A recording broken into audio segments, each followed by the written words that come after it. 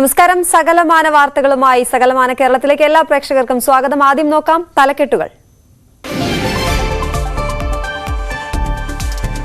വയനാട് പടമലയിൽ കടുവയാക്രമണം. കാട്ടാന ഗൃഹനാഥനെ കൊലപ്പെടുത്തിയ സ്ഥലത്തിന് തൊട്ടടുത്ത് കടുവയിറങ്ങി.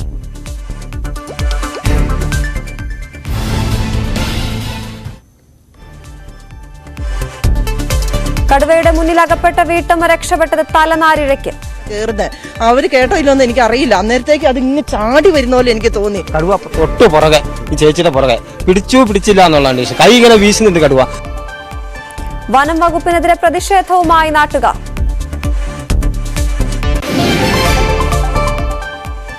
കോഴിക്കോട് വിലങ്ങാട് വീണ്ടും കാട്ടാനക്കൂട്ടമിറങ്ങി. പുലർച്ചെ എത്തിയ ആനകൾ വ്യാപകമായി കൃഷി നശിപ്പിച്ചു. ജനവാസ മേഖലയിൽ ഭീതി. വയനാട് വടുവൻചാലിൽ കാട്ടുപോത്തിറങ്ങി.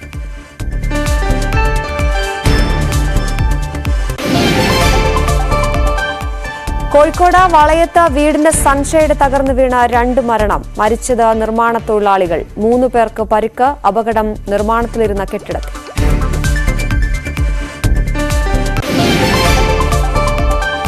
തൃശൂർ ചൂണ്ടലിൽ ബസ് അപകടം. 30ഓളം പേർക്ക് പരിക്ക്. അപകടം നിയന്ത്രണം വിട്ട ബസ് പാലത്തിലിടിച്ച്. മുക്കത്ത് നിയന്ത്രണം വിട്ട കാർ വയലിലേക്ക് മറിഞ്ഞു.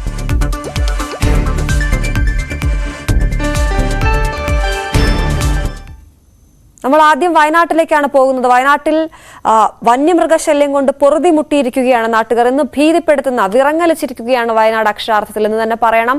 കാട്ടാന ആക്രമണത്തിൽ ഒരാൾ മരിച്ച, ഗൃഹനാഥൻ മരിച്ച അതേ സ്ഥലത്ത് ഇന്ന് കടുവയാണ് ഇറങ്ങിയത്. കടുവയുടെ ആക്രമണത്തിൽ നിന്നും തലനാരിഴയ്ക്കാണ് ഒരു സ്ത്രീ, പ്രദേശവാസിയായ സ്ത്രീ രക്ഷപ്പെട്ടത്. രാവിലെ പള്ളിയിൽ പോകാൻ ഇറങ്ങിയപ്പോഴായിരുന്നു കടുവയുടെ ആക്രമണം ഉണ്ടായത്. അവർ അടുത്ത വീട്ടിലേക്ക് പാഞ്ഞു കയറിയതിനെ തുടർന്നാണ് കടുവയിൽ നിന്ന് രക്ഷ നേടാനായത്. വലിയ വിറയിലോടെയാണ് മാധ്യമപ്രവർത്തകർ അടക്കമുള്ളവരോട് ആ വീട്ടമ്മ പ്രതികരിച്ചത്.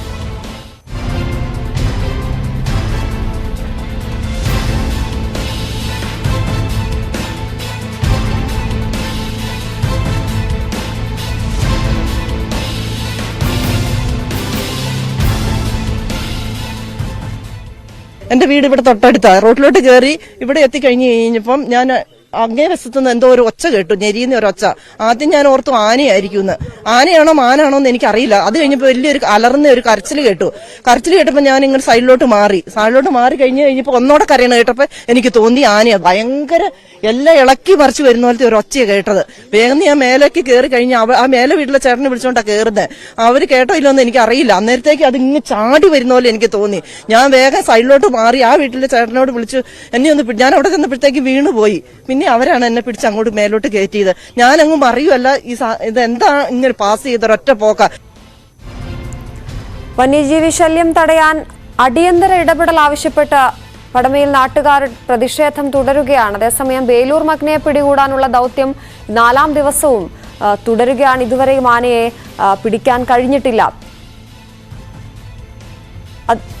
അതിനിടെയാണിപ്പോൾ കടുവ ഇന്ന് പുലർച്ചെയാണ് കടുവ ആ പ്രദേശത്ത് കണ്ടത്. ഇപ്പോൾ കടുവ എവിടെയാണ് എന്നുള്ളതിൽ ആർക്കും ഒരു അറിയില്ല എവിടെയാണുള്ളതെന്ന്. എന്നാൽ വലിയ ഭീതിയിലാണ് വയനാടുള്ളത്. ആ അജീഷിനെ കൊന്ന സ്ഥലത്ത് തന്നെ കടുവ എത്തി എന്നുള്ളതാണ് മറ്റൊരു കാര്യം. അവിടെ വലിയ പ്രതിഷേധത്തിലാണ് നാട്ടുകാർ. ഒപ്പം കുട്ടികളടക്കം സ്കൂളിലേക്ക് മറ്റും പോയിട്ട് ഒരാഴ്ചയോളമായി. ആനയുടെ ഭീതി മാറുന്നതിന് തൊട്ടു പിന്നാലെ വീണ്ടും അവിടെ കടുവയുടെ ആക്രമണം ഉണ്ടായിരിക്കുന്നു എന്നുള്ളതാണ് പ്രത്യേകത.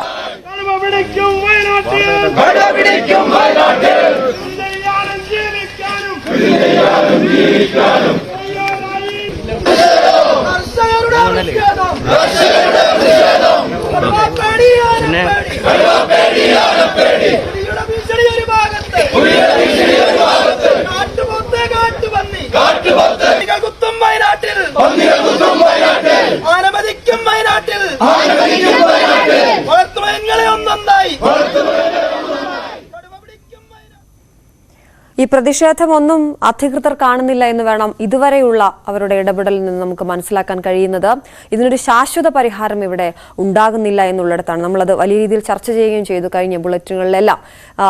ഇടുക്കിയിലേക്ക് എത്തുമ്പോഴും സമാനമായ സാഹചര്യമാണ് കർഷകർ നേരിടുന്നത്. വലിയ രീതിയിൽ കാട്ടാന ശല്യം കൊണ്ട് പൊറുതിമുട്ടുകയാണ് അടിമാലിയിൽ പഞ്ചായത്തിലെ പലയിടങ്ങളും. പടിക്കപ്പ് പരിശക്കല്ല് ഭാഗങ്ങൾ ഇപ്പോൾ കാട്ടാനകളുടെ വിഹാര കേന്ദ്രമായി മാറിയിരിക്കുകയാണ്. കൃഷി ചെയ്യാൻ കർഷകർക്ക് സാധിക്കാത്തൊരവസ്ഥയാണ് അവിടെ. വേനൽ കടുത്തു. കാടുകളിൽ നിന്ന് വന്യജീവികൾ കൂട്ടമായി നാട്ടിലേക്ക് ഇറങ്ങുമെന്ന ആശങ്കയിലാണ് ഇടുക്കിയിലെ പല മേഖലകളും. മലയണ്ണാൻ മുതൽ പുലിയും ആനയുമെല്ലാം ജനവാസ മേഖലയിൽ തമ്പടിക്കുന്നു. അധ്വാനിച്ചുണ്ടാക്കിയ കാർഷിക വിളകൾ നശിപ്പിക്കുന്നു. ഇതിനാകട്ടെ മതിയായ നഷ്ടപരിഹാരം പോലുമില്ല. അടിമാലി പഞ്ചായത്തിലെ പടിക്കപ്പ് പരിശക്കല്ല് ഭാഗങ്ങളിൽ കാട്ടുമൃഗങ്ങളുടെ ശല്യം കൂടിയിട്ടുണ്ട്. വനം വകുപ്പിന്റെ ഭാഗത്തു നിന്ന് കാര്യക്ഷമമായ ഇടപെടൽ ഇല്ലെന്ന ആക്ഷേപം ശക്തമാണ്. കാട്ടുമൃഗങ്ങളുടെ ശല്യം വളരെ രൂക്ഷമാണ്. കർഷകർക്ക് ശരിക്കും പറഞ്ഞാൽ ഈ നട്ടുവെക്കുന്ന സാധനങ്ങളൊന്നും ഒരു വർഷം കഴിഞ്ഞിട്ട് അത് പറിക്കാൻ ചെല്ലുമ്പം അതിന്റെ വേര് മാത്രം കാണുന്ന അവസ്ഥയാണ്. കാരണം പന്നിശല്യം അതിനു മാത്രമുണ്ട്. അതുപോലെ ഈ പ്രദേശം മൊത്തം ഈ കർഷകർക്ക് ഈ കാട്ടുമൃഗങ്ങളുടെ ശല്യം, കുരങ്ങന്റെ ശല്യമാണെങ്കിൽ ഈ ഭാഗത്തേക്കുള്ള കുരങ്ങന്റെ ശല്യം ഭയങ്കരമാണ്. അവരുടെ മുള്ളൻ പന്നി, അവരുടെ കാട്ടുമൃഗങ്ങളുടെ എല്ലാം തന്നെ.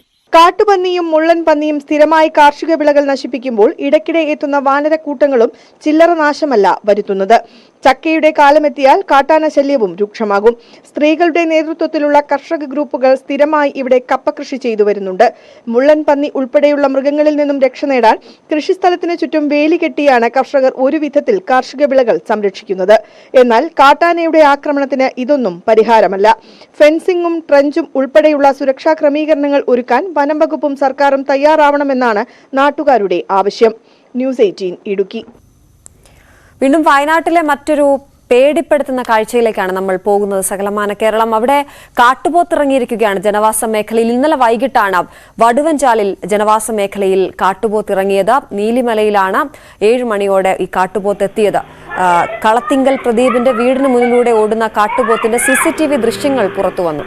സ്കൂട്ടറിൽ വീട്ടിലേക്ക് വരികയായിരുന്ന പ്രദീപ് തലനാരിഴയ്ക്കാണ് കാട്ടുപോത്തിന് മുന്നിൽ നിന്നും രക്ഷപ്പെട്ടത്.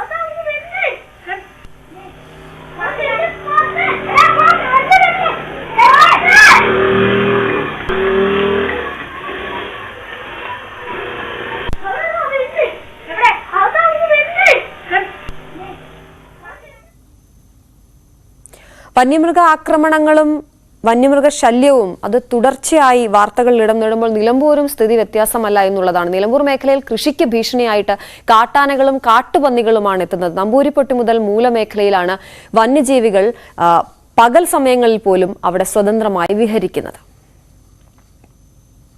മികച്ച കർഷകനുള്ള സംസ്ഥാന സർക്കാരിന്റെ പുരസ്കാരം നേടിയ നാലകത്ത് സിദ്ദിഖിന്റെ 100ഓളം വാഴകളും തെങ്ങ് കവുങ്ങ് കൃഷികളുമാണ് ആനയും പന്നികളും നശിപ്പിച്ചത്. കൃഷിയിടത്തിന്റെ 2 ഭാഗങ്ങളിലായി ഓരോ സമയവും കാട്ടാനകളും കാട്ടുപന്നികളും ചേർന്ന് വ്യാപകമായി കൃഷി നശിപ്പിച്ചെന്ന് നാലകത്ത് സിദ്ദിഖ് പറഞ്ഞു. കൃഷിയിടത്തിൽ ജലസേചനത്തിനായി സ്ഥാപിച്ചിരുന്ന പൈപ്പുകളും കാട്ടാനകൾ ചവിട്ടി നശിപ്പിച്ചു. രാവിലെ വന്ന് വെള്ളമടിക്കാൻ തുടങ്ങി. കൃഷിയിടത്തേക്ക് ഇറങ്ങിയപ്പോൾ എന്താണ്, ആന ഒരു ഭാഗം മൊത്തം നശിപ്പിച്ചു. പിന്നെ ഇതൊക്കെ ഞാൻ ലക്ഷങ്ങളും മുടക്കിൻ്റെ സ്വന്തം പൈസ കൊടുത്ത് മുടക്കിയെടുത്ത പൈപ്പുകളാണ്. അതായത് ഈ 6 ഏക്കറിലും ചെയ്തിട്ടുണ്ട്. ഇതൊക്കെ എന്താ ചെയ്യുക? ഇതിനൊക്കെ ഒരു പരിഹാരമില്ലാതെ എന്താണ് സർക്കാരിൻ്റെ ഭാഗത്തുനിന്നോ ഫോറസ്റ്റിൻ്റെ ഭാഗത്തുനിന്നോ ഇല്ല. ഒരാഴ്ചയിലധികമായി ഇവിടെ ആന വിളയാടാൻ പലരുടെയും ഞങ്ങൾ തന്നെ നെല്ല് മയിലാടി നശിപ്പിച്ചു. അത് കുറേ പേരോട് പറഞ്ഞു. എന്തും നടക്കാത്തൊരു കാര്യം ഇത്. അല്ലെങ്കിൽ ഇവരെ ഒഴിവാട്ടെ, നമ്മൾ പറഞ്ഞു വെച്ചേരാണ്. കഴിഞ്ഞ 3 ദിവസമായി കാട്ടാനകൾ ഈ മേഖലയിൽ വ്യാപകമായി കൃഷി നശിപ്പിക്കുകയാണ്. വനപാലകരോ ജനപ്രതിനിധികളോ തിരിഞ്ഞു നോക്കുന്നില്ലെന്നും കർഷകർക്ക് ആക്ഷേപമുണ്ട്. പുലർച്ചെ വന്യമൃഗങ്ങൾ കൃഷിയിടത്തിൽ തമ്പടിക്കുന്നത് ടാപ്പിംഗ് തൊഴിലാളികൾ, പ്രഭാത സവാരിക്കാർ എന്നിവർക്കും ഭീഷണിയാകുകയാണ്. 12000 വനമേഖലയിൽ നിന്നും കാഞ്ഞിരപ്പുഴ കടന്നാണ് രാത്രിയാകുന്നതോടെ കാട്ടാനകൾ കൃഷിയിടത്തിലേക്ക് എത്തുന്നത്. ജനവാസ കേന്ദ്രങ്ങളായ മൈലാടി, എരഞ്ഞിമങ്ങാട്, പൊയിളായി, പെരുമ്പത്തൂർ, മതിൽമൂല ഭാഗങ്ങളിലാണ് വന്യമൃഗശല്യം അതിരൂക്ഷമായിട്ടുള്ളത്. ന്യൂസ് 18 മലപ്പുറം. കോതമംഗലം വടാട്ടുപാറയിൽ മൂർഖൻ പാമ്പിനെ പിടികൂടി. ഇടമലയാർ റോഡിൽ മാർത്തോമ സിറ്റിക്ക് സമീപം സ്വകാര്യ വ്യക്തിയുടെ പുരയിടത്തിൽ നിന്നാണ് മൂർഖൻ പാമ്പിനെ പിടികൂടിയത്. നാട്ടുകാർ വിവരം അറിയിച്ചതിനെ തുടർന്ന് പാമ്പുപിടുത്ത വിദഗ്ധൻ മാർട്ടിൻ മേഘമാലി സ്ഥലത്തെത്തി പാമ്പിനെ പിടികൂടി വനപാലകർക്ക് കൈമാറി. തുടർന്ന് ഉൾവനത്തിൽ തുറന്നുവിട്ടു.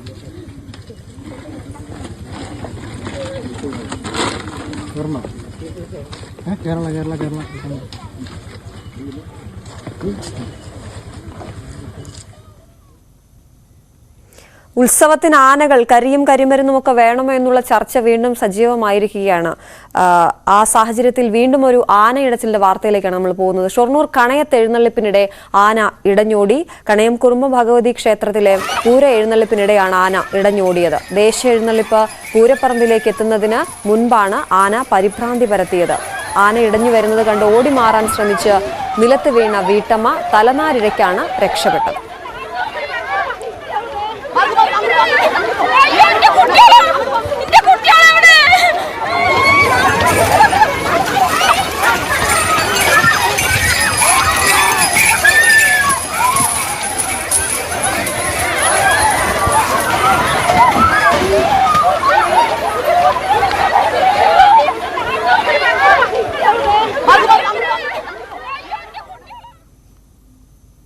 കോഴിക്കോട് വിലങ്ങാടും കാട്ടാന ശല്യം രൂക്ഷമാണ്. പ്രദേശത്തെ കൃഷി നശിപ്പിക്കലാണ് പ്രധാന വിനോദം കാട്ടാനകളുടെ. അവിടേക്ക് എത്തുകയും വ്യാപകമായ കൃഷിനാശം ഉണ്ടാക്കുകയും ചെയ്തു. കഴിഞ്ഞ ദിവസം പുലർച്ചെ 3:30 സംഭവം. ജനവാസ കേന്ദ്രത്തിലിറങ്ങിയ ആനയെ വനം വകുപ്പ് ഉദ്യോഗസ്ഥരും നാട്ടുകാരും വനത്തിലേക്ക് തിരിച്ചയച്ചിരുന്നു. ഇന്ന് വീണ്ടും കാടിറങ്ങിയ കാട്ടാനക്കൂട്ടം കാർഷിക വിളകൾ നശിപ്പിച്ച് മടങ്ങുകയായിരുന്നു. തെങ്ങുകൾ അടക്കം കുത്തിമറിച്ചിട്ടുണ്ട്. നിരവധി വീടുകൾ സ്ഥിതി ചെയ്യുന്ന പ്രദേശത്ത് ജനങ്ങൾ വലിയ ഭീതിയോടെയാണ് കഴിയുന്നത്. സംഭവത്തിൽ പ്രതിഷേധത്തിലാണ് നാട്ടുകാർ.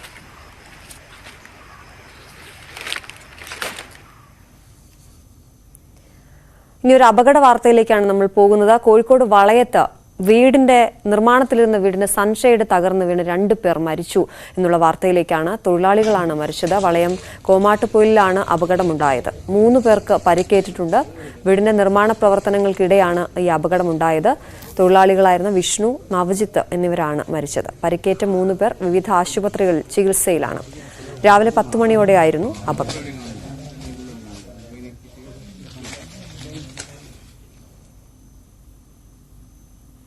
മൂവാറ്റുപുഴ ഈസ്റ്റ് മാറാടിയിൽ അപകടത്തിൽ യുവാവിന് ദാരുണാന്ത്യം. ടൂറിസ്റ്റ് ബസ്സും ഒമ്നി വാനുമാണ് കൂട്ടിയിടിച്ചത്. ഒമ്നി വാനിലെ യാത്രക്കാരനായ ഈസ്റ്റ് മാറാടി മുളയംകുഴിയിൽ തോമസ് റോയിയാണ് മരിച്ചത്. വാഹനം വെട്ടിപ്പൊളിച്ചാണ് നാട്ടുകാർ തോമസ് റോയിയെ പുറത്തെടുത്തത്.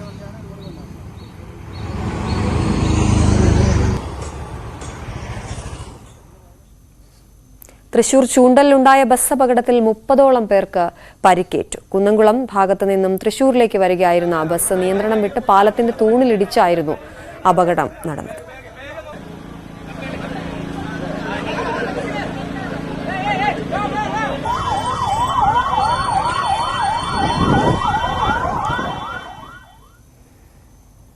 കോഴിക്കോട് മുക്കത്തും അപകടമുണ്ടായ കാറാണ് അപകടത്തിൽപ്പെട്ടത്. വയലിലേക്ക് മറിയുകയായിരുന്നു കാർ. ആ സമയത്ത് കാറിൽ ഒരാൾ മാത്രമാണ് ഉണ്ടായിരുന്നത്. അയാൾക്ക് പരിക്കുകളൊന്നും സംഭവിച്ചിട്ടില്ല. മുക്കം ചേന്നമംഗലൂർ റോഡിലെ കച്ചേരി ഗ്രൗണ്ടിന് സമീപമാണ് കാർ നിയന്ത്രണം വിട്ട് വയലിലേക്ക് മറിഞ്ഞത്.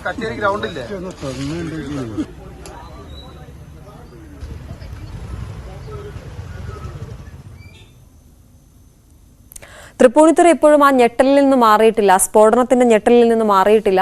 നിരവധി വീടുകൾക്കാണ് കേടുപാടുകൾ സംഭവിച്ചതും നിരവധി വീടുകളാണ് ഭാഗികമായി തകർന്നതുമൊക്കെ. അപ്പോൾ ആ വീട്ടുകാർ ഹൈക്കോടതിയിലേക്ക് പോവുകയാണ് എന്നുള്ളതാണ് വാർത്ത. തകർന്ന വീടുകൾക്ക് നഷ്ടപരിഹാരം വേണമെന്ന് ആവശ്യപ്പെട്ടാണ് ഹൈക്കോടതിയെ സമീപിക്കുന്നത്. 300ഓളം വീടുകൾക്കാണ് കേടുപാടുകൾ സംഭവിച്ചിട്ടുള്ളത്.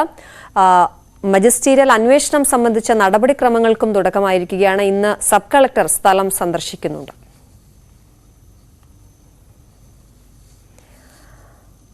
ഇനി സ്വന്തം നാട്ടിലെ വാർത്തകൾ റിപ്പോർട്ട് ചെയ്യാൻ ഞങ്ങളുടെ റിപ്പോർട്ടർമാർക്കൊപ്പം സെലിബ്രിറ്റികളും ചേരുന്നുണ്ട്. കലാ, സാംസ്കാരിക, സിനിമ, രാഷ്ട്രീയ രംഗത്തെ പ്രമുഖർ നിങ്ങൾക്കായി വാർത്ത റിപ്പോർട്ട് ചെയ്യും.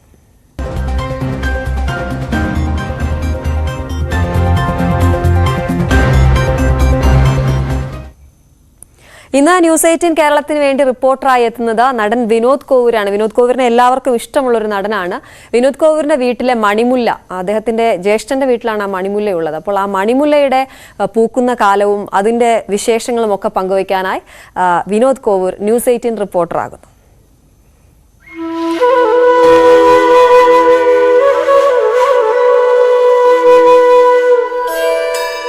നിങ്ങൾ ദൂരെ ഇപ്പൊ കാണുന്നത് ഒരു കാടല്ല കേട്ടോ, അത് കാടല്ല, അതെന്റെ വീടാണ്. കോവൂരിലെ എൻ്റെ തറവാട്ട് വീട്ടിൽ വർഷം തോറും ഉണ്ടാവുന്ന മണിമുല്ലയാണ് ഇപ്പൊ നിങ്ങൾ കണ്ട കാഴ്ച. ഇനി അതിനെ നമുക്ക് സമീപത്ത് പെട്ടെന്ന് കാണാം. വരും. ഡിസംബർ ഒരു 15-16 പൂത്ത് ഡിസംബർ അവസാനത്തോടെ കഴിയുന്ന ഒരു പൂക്കാലം. ഈ മുല്ല ഇവിടെ കൊണ്ട് നട്ടത് എൻ്റെ ജ്യേഷ്ഠനാണ്. ജ്യേഷ്ഠൻ അഡ്വക്കേറ്റാണ്, അഡ്വക്കേറ്റ് മനോജ് കുമാർ. നമുക്ക് കാര്യങ്ങളൊക്കെ അഡ്വക്കേറ്റ് മനോജ് കുമാരോടൊന്ന് ചോദിക്കാം. 2005 ഈ കാണുന്ന ആര്യവേപ്പിൻ്റെ ചോട്ടിൽ ഞാനൊരു ക്ലൈംബർ കൊണ്ട് നടുന്നത്. അതിങ്ങനെ വളരുമെന്ന് ഞങ്ങൾ വിചാരിച്ചിട്ടില്ല. പക്ഷെ നല്ലൊരു പോക്കങ്ങ് പോയി. പിന്നെ അന്നത്തെ കാലത്ത് നന്നായി നനച്ചു കൊടുത്ത് അതങ്ങ് പോയി. ആ മരത്തിൻ്റെ മുകളിൽ കൂടെ, അത് ടെറസിൻ്റെ മുകളിലേക്കാണ് പോയത്. പിന്നീട് ഞങ്ങൾക്ക് വർഷത്തിൽ 11 മാസം ഞങ്ങൾക്ക് തണലല്ല കുളിരും 1 മാസം പൂക്കാലവും തരുന്ന ഒരു ഗോഡിന്റെ ബ്ലെസ്സിംഗ് ആണ് എന്ന രീതിയിലാണ് തരുന്നത്. എത്ര വർഷം കഴിഞ്ഞിട്ടാണ് ഇത് പൂത്തത്? ശരിക്കും പറയുകയാണെങ്കിൽ ഒരു 2011 മുതൽ ഒരു 6-7 വർഷം ഞങ്ങൾ കാത്തിരുന്നു, എന്നിട്ട് അതാണ് പൂക്കുന്നത്. ഞാനിപ്പോ ഈ നടന്നു വന്നിരിക്കുന്നത് ഒരു ഗുഹയിൽ നിന്നല്ല. ഇത് എൻ്റെ വീട്ടില്, എൻ്റെ ചേട്ടന്റെ വീടിന്റെ ടെറസിന്റെ മുകളിൽ മുല്ല പടർന്നിരിക്കുന്ന ഒരു കൂടാരമാണ്. ആ കൂടാരത്തിനുള്ളിൽ നിന്നാണ് ഞാൻ പുറത്തു വന്നിരിക്കുന്നത്. ഈ കൂടാരത്തിനുള്ളിൽ AC ആണ് കേട്ടോ. അവിടെ വരുന്നവരൊക്കെ ഒരുപാട് നേരം ഇതിനകത്ത് അവിടെ ഇരിക്കാനുള്ള സംവിധാനം ഒരുക്കിയിട്ടുണ്ട്. അവിടെ ഒരുപാട് നേരം ഇരുന്ന് സംസാരിച്ചിട്ടാണ് പലരും പോകുക. അതിനുള്ളത് ഫോട്ടോ എടുക്കുക. ശരിക്കും ഒരു മുല്ലവള്ളി കൂട് പോലെ തോന്നിക്കുന്ന ഒരു സംഭവമാണ്. ഇതാണ് ഇതിന്റെ ഫോട്ടോ പോയിന്റ്. ഇവിടെ നിന്നാണ് എല്ലാവരും ഇപ്പം ഒരുവിധം എൻ്റെ ഫ്രണ്ട്സിന്റെ ഒക്കെ സ്റ്റാറ്റസ് കാണുന്നത് ഈ പൂവാണ്. ഇവിടേക്കൊക്കെ വന്നു കഴിഞ്ഞാൽ ശരിക്കും ഒരു ടെറസിന്റെ മുകളിലാണ് ഞാനിപ്പോൾ നിൽക്കുന്നതെന്ന് പറഞ്ഞാൽ ആരും വിശ്വസിക്കില്ല. കാരണം കേട്ടോ, ഇത് ഇവിടെ മൊത്തം പൂക്കൾ കാരണം പടർന്ന് പിടിച്ചുകൊണ്ടിരിക്കുകയാണ്. ഇങ്ങനെയൊക്കെ നിന്ന് ഇവിടെ നിന്നൊക്കെ ഫോട്ടോ എടുത്ത് കഴിഞ്ഞാൽ ശരിക്കും നമ്മൾ ഊട്ടി ഗാർഡനിലൊക്കെ പോയ ഒരു എഫക്റ്റാണ്. കണ്ടാ, രാത്രി കാഴ്ച ഭയങ്കര രസമാണ്. രാത്രി ഞങ്ങൾ ഇവിടെ ഒരു ലൈറ്റ് ഇട്ടിട്ടുണ്ട്. ഇതിന്റെ മുകളിൽ ലൈറ്റ് ഉണ്ട്, ഒരു LED ലൈറ്റ്. ആ ലൈറ്റിൽ ശരിക്കും ഈ പൂക്കൾ കാണുമ്പം നിലാവത്ത് കാണുന്ന ഒരു എഫക്റ്റാണ്. ശരിക്കും നിലാവിൽ കാണുന്ന പോലെ നമുക്ക് തോന്നും. ഈ കൂടാരത്തിന്റെ 2 ഭാഗവും നിറയെ പൂക്കളാണ്. ഇതുണ്ടോ, ഇവിടെ ഇങ്ങനെ ഒരു ഏരിയ ഉണ്ട്. അപ്പം എന്തായാലും വലിയൊരു ഭാഗ്യമാണ്. പല സ്ഥലങ്ങളിലും ഇത് കൊണ്ടുവച്ചിട്ടുണ്ടെങ്കിലും ഇത്ര വ്യാപകമായിട്ട് എവിടെയും ഉണ്ടായിട്ട് കണ്ടിട്ടില്ല. അത് ഇവിടെ മാത്രമേ ഉള്ളൂ. അപ്പം അതുകൊണ്ട് തന്നെ ആളുകൾ മുഴുവൻ ഈ പൂവിൻ്റെ ഭംഗി കാണാനും കുറച്ചു നേരം ഇതിൻ്റെ കൂടെ സെൽഫി എടുക്കാനൊക്കെ ആയിട്ട് പലരും ഇങ്ങോട്ട് വന്നുകൊണ്ട്, ഇത് ശരിക്കും സിനിമാക്കാരുടെ ഇടയിൽ ഇത് ബൈഡാക്കിയത് നമ്മുടെ സുരഭി ലക്ഷ്മിയും നമ്മുടെ തെസ്നീഖാനും ചേർന്നാണ്. 2 പേരും ഇവിടെ വന്ന് ഓരോ വ്ളോഗ് ചെയ്തു. അങ്ങനെയാണ് സിനിമാക്കാരുടെ. ഞാൻ സിനിമയുടെ ഇപ്പം അമ്മയുടെ മീറ്റിങ്ങിലൊക്കെ ചെന്നാൽ പല താരങ്ങളും ചോദിക്കും, വിനോദ വീട്ടിൽ മുല്ല പൂക്കാറായോ എന്ന് ചോദിക്കും. പിന്നെ ഈ മുല്ല കൊണ്ട് ഞങ്ങൾക്ക് ഇതുവരെ ഒരു ദോഷവും ഉണ്ടായിട്ടില്ല കേട്ടോ. പലരും പറയും ഇത് ടെറസിന് മുകളിലായതുകൊണ്ട് ടെറസിന് മേലേക്ക് ഇതിന്റെ വേരിറങ്ങും, അങ്ങനെ ലീക്ക് ഉണ്ടാവും എന്നൊക്കെ പറയുന്നുണ്ട്. ഇതിന്റെ വേരൊരിക്കലും ഇറങ്ങുന്നില്ല. കാരണം ഇത് വള്ളിയായിട്ട് കണ്ടോ ഇങ്ങനെ ഇരിക്കുക മാത്രമാണ്. ഇതിനുള്ളിലേക്കൊന്ന് വരും കണ്ടോ. ഇതിനുള്ളിൽ വന്നു കഴിഞ്ഞാൽ കണ്ടോ, ഇവിടെ ഇങ്ങനെ ഈ കാണുന്ന ഇതൊക്കെ ഇപ്പം ഈ അടുത്ത കാലത്ത് വന്ന ചെണ്ടികളാണ്. ഇതൊക്കെ എടുത്ത് മാറ്റി കഴിഞ്ഞാൽ ഇവിടെ നല്ല മിനുസമായിട്ടിരിക്കും, നല്ല വൃത്തിയായിട്ടിരിക്കും, ഒരു വിഷമം ഉണ്ടാവില്ല. ഇതാണ് വള്ളിക്കുടിൽ ഞാൻ പറഞ്ഞത്. ഇവിടെ വന്നിരിക്കാനും ഇവിടെ വരുന്ന കഥ സ്വറ പറയാനൊക്കെ ആളുകൾക്ക് ഭയങ്കര ഇഷ്ടമാണ്. ശരിക്കും ഒരു വള്ളിക്കുടിലിനുള്ളിരിക്കുന്ന കാട്ടിലൊക്കെ പോയൊരു അനുഭൂതിയാണ്.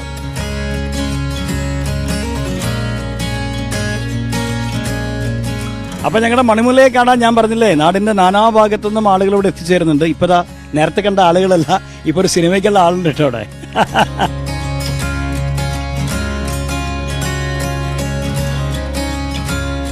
12 വർഷത്തിലൊരിക്കൽ നീലക്കുറിഞ്ഞി പൂക്കുന്നത് പോലെയാണ് ഞങ്ങൾക്ക് ഞങ്ങളുടെ വീട്ടിലെ മണിമുല്ല വർഷത്തിലൊരിക്കൽ പൂക്കുന്നത്. ഇനി അടുത്ത ഡിസംബറിന് വേണ്ടിയുള്ള കാത്തിരിപ്പാണ്. കോഴിക്കോട് നിന്നും ന്യൂസ് 8 വേണ്ടി വിനോദ് കോവൂർ. മനോഹരമായ ആ മണിമുല്ല കാഴ്ചയ്ക്ക് ശേഷം നമ്മൾ ഒരു ഇടവേളയിലേക്ക് പോവുകയാണ്. ഇടവേളയ്ക്ക് ശേഷം സകലമാന കേരളം തുടരും.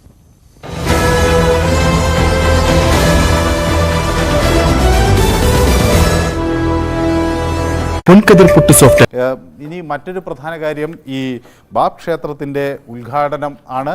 പ്രധാനമന്ത്രി അത് ഇന്ന് നിർവഹിക്കും. ബാബ് ക്ഷേത്രം നമുക്കറിയാം, ഈ ബോച്ച സൻവാസി ശ്രീ അക്ഷർ പുരുഷോത്തം സംസ്ഥയുടെ ഒരു ക്ഷേത്രമെന്ന നിലയിൽ ഒട്ടനവധി സവിശേഷതകൾ ഈ ക്ഷേത്രത്തിന് ഉണ്ട്. ഇന്ത്യയെ സംബന്ധിച്ചിടത്തോളം 27 ഏക്കറിൽ വ്യാപിച്ചു കിടക്കുന്ന ഇന്ത്യൻ സംസ്കാരം UAEക്ക് മധ്യേഷ്യയ്ക്കൊക്കെ നൽകുന്ന ഒരു ക്ഷേത്രം കൂടിയായിരിക്കും ഈ ബാബ്സ് മന്ദിർ എന്ന് വ്യക്തമാണ്. ഈ ബാബ്സ് മന്ദിറിൻ്റെ ഒരു പ്രധാന സവിശേഷത അത് ഒരു മുസ്ലിം രാജാവ് നൽകിയ ഭൂമിയിൽ ഒരു ഹിന്ദു മന്ദിരം വരുന്നു. അതിൻ്റെ ലീഡ് ആർക്കിടെക്റ്റ് എന്നത് ഒരു കാത്തലിക് ക്രിസ്ത്യനാണ്. പ്രോജക്റ്റ് മാനേജർ ഒരു സിഖാണ്. അതുപോലെ തന്നെ അതിൻ്റെ ഫൗണ്ടേഷണൽ ഡിസൈൻ നിർവഹിച്ചിരിക്കുന്നത് ബുദ്ധമതത്തിൽപ്പെട്ട ഒരു വ്യക്തിയാണ്. അതിൻ്റെ കൺസ്ട്രക്ഷൻ കമ്പനി എന്നത് ഒരു പാഴ്സി ഗ്രൂപ്പാണ്. ഡയറക്ടർമാർ ജെയിൻ സംസ്കാരത്തിൽ ഉൾക്കൊള്ളുന്നവരാണ്. അങ്ങനെ ഇത് ഒരു ഹിന്ദു ക്ഷേത്രമെന്നതിനുപരി ഭാരതീയ ദർശനങ്ങളുടെ ഒരു സ്ഥിര കേന്ദ്ര മിഡിൽ ഈസ്റ്റിൽ എന്ന തരത്തിലായിരിക്കും ഈ ക്ഷേത്രം അറിയപ്പെടുക. മാത്രവുമല്ല ഒട്ടനവധി നിർമ്മാണ സവിശേഷതകൾ കൂടി ഉണ്ട്. ഇന്ത്യയെ സംബന്ധിച്ചിടത്തോളം 3.5 ദശലക്ഷം പ്രവാസികൾ ഉള്ള ഒരു ഇടമെന്ന നിലയിൽ ഈ സൗഹൃദ ബന്ധങ്ങൾ ഇന്ത്യക്ക് വലിയ തോതിൽ തീർച്ചയായും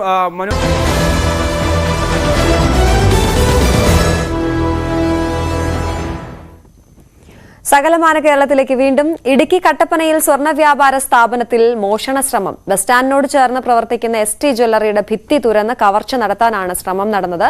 കട്ടപ്പന പോലീസും ഇടുക്കി ഡോഗ് സ്ക്വാഡും വിരലടയാള വിദഗ്ധരും സ്ഥലത്ത് പരിശോധന നടത്തി.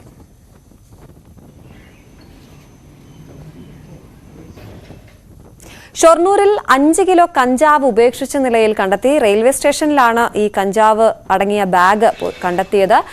ഡാൻസ് ഓഫ് ടീം അംഗങ്ങളും ഷൊർണൂർ റെയിൽവേ പോലീസും ചേർന്ന് നടത്തിയ പരിശോധനയിലാണ് ഈ കഞ്ചാവ് ഉൾപ്പെട്ട ബാഗ് കണ്ടെത്തിയത്.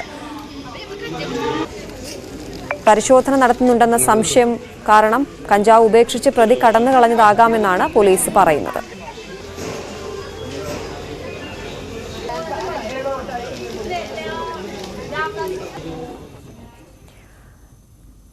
KSEB കട്ടപ്പന ഡിവിഷൻ എക്സിക്യൂട്ടീവ് എഞ്ചിനീയർക്കെതിരെ അച്ചടക്ക നടപടി. ജയശ്രീ ദിവാകരനെ എറണാകുളത്തേക്ക് സ്ഥലം മാറ്റി. KSEB വിജിലൻസ് റിപ്പോർട്ടിന്റെ അടിസ്ഥാനത്തിലാണ് നടപടി. വ്യാജരേഖ ഉണ്ടാക്കി സ്വകാര്യ ഭൂമിയിലൂടെ വൈദ്യുതി ലൈൻ വലിച്ച കേസിൽ ഉൾപ്പെടെ ഒട്ടേറെ ആരോപണങ്ങളിൽ അന്വേഷണം നേരിടുന്നതിനിടെയാണ് നടപടി. ചീഫ് എഞ്ചിനീയറുടെ നിർദ്ദേശം മറികടന്ന് ഡിവിഷനിലെ സീനിയർ അസിസ്റ്റന്റിനെതിരെ ഈ ഉദ്യോഗസ്ഥ അനാവശ്യ നടപടിയെടുത്തതായും വിജിലൻസ് അന്വേഷണത്തിൽ കണ്ടെത്തിയിട്ടുണ്ട്. Cable TV operators association Kasaragod ജില്ലാ പ്രസിഡന്റായി VV മനോജ് കുമാറിനെയും സെക്രട്ടറിയായി ഹരീഷ് P നായരെയും ട്രഷററായി P വിനോദ് പുലൂരിനെയും തെരഞ്ഞെടുത്തു. മാർച്ച് 2, 3, 4 തീയതികളിലായി കോഴിക്കോട് വെച്ച് നടക്കുന്ന സംസ്ഥാന സമ്മേളനത്തിൽ പങ്കെടുക്കാനായി 14 അംഗ പ്രതിനിധികളെയും തെരഞ്ഞെടുത്തിട്ടുണ്ട്. ഇടുക്കി വണ്ടിപ്പെരിയാർ 9-ാം നമ്പർ എസ്റ്റേറ്റ് നിവാസികളുടെ യാത്രാ ദുരിതത്തിന് പരിഹാരമായിരിക്കുകയാണ്. നിർമ്മാണം പൂർത്തീകരിച്ച റോഡ് ജനങ്ങൾക്ക് തുറന്നുകൊടുത്തു. അഴുത ബ്ലോക്ക് പഞ്ചായത്ത് അംഗം ഷാജി പൈനാടത്ത് റോഡ് തുറന്നു നൽകി. 252 മീറ്റർ റോഡ് പൂർത്തീകരിച്ചതോടെ നിരവധി കുടുംബങ്ങളുടെ പതിറ്റാണ്ടുകൾ നീണ്ട യാത്രാക്ലേശത്തിനാണ് പരിഹാരമായത്. കോഴിക്കോട് മുക്കം കള്ളൻതോട് KMCT പോളിടെക്നിക് കോളേജിൽ ടെക് ബ്ലാസ്റ്റ് എന്ന പേരിൽ ടെക്നിക്കൽ എക്സ്പോ സംഘടിപ്പിച്ചു. കോഴിക്കോട് മലപ്പുറം ജില്ലകളിലെ high school, higher secondary school, ITI തുടങ്ങിയ സ്ഥാപനങ്ങളിലെ കുട്ടികൾ നിർമ്മിച്ച വർക്കിംഗ് മോഡലുകളുടെ പ്രദർശനവും മത്സരവുമാണ് മേളയിൽ നടന്നത്. ഇതോടൊപ്പം KMCT പോളിടെക്നിക് കോളേജിലെ വിവിധ ഡിപ്പാർട്ട്മെന്റിലെ വിദ്യാർത്ഥികളുടെ പ്രോജക്ടുകളും പ്രദർശിപ്പിച്ചു.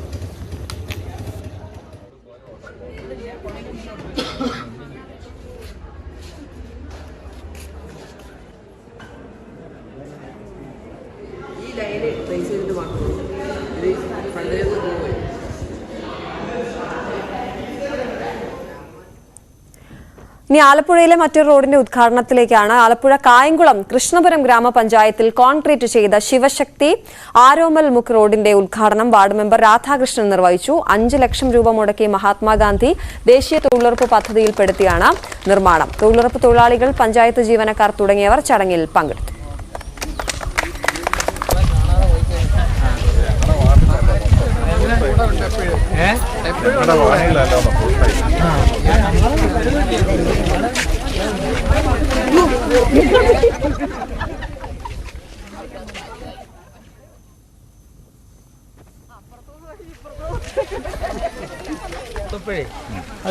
അത് ചെയ്തില്ലേ?